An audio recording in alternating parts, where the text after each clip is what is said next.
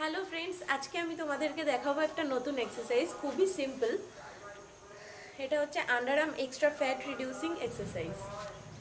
1 2 3 4 5 6 7 8 9 10 11 12 13 14 15 16 17 18 19 20।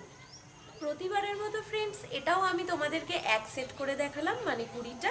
তোমরা তো জানোই এটা তোমাদেরকে বেটার রেজাল্ট তাড়াতাড়ি পেতে গেলে 5 সেট করে প্রতিদিন করতে হবে।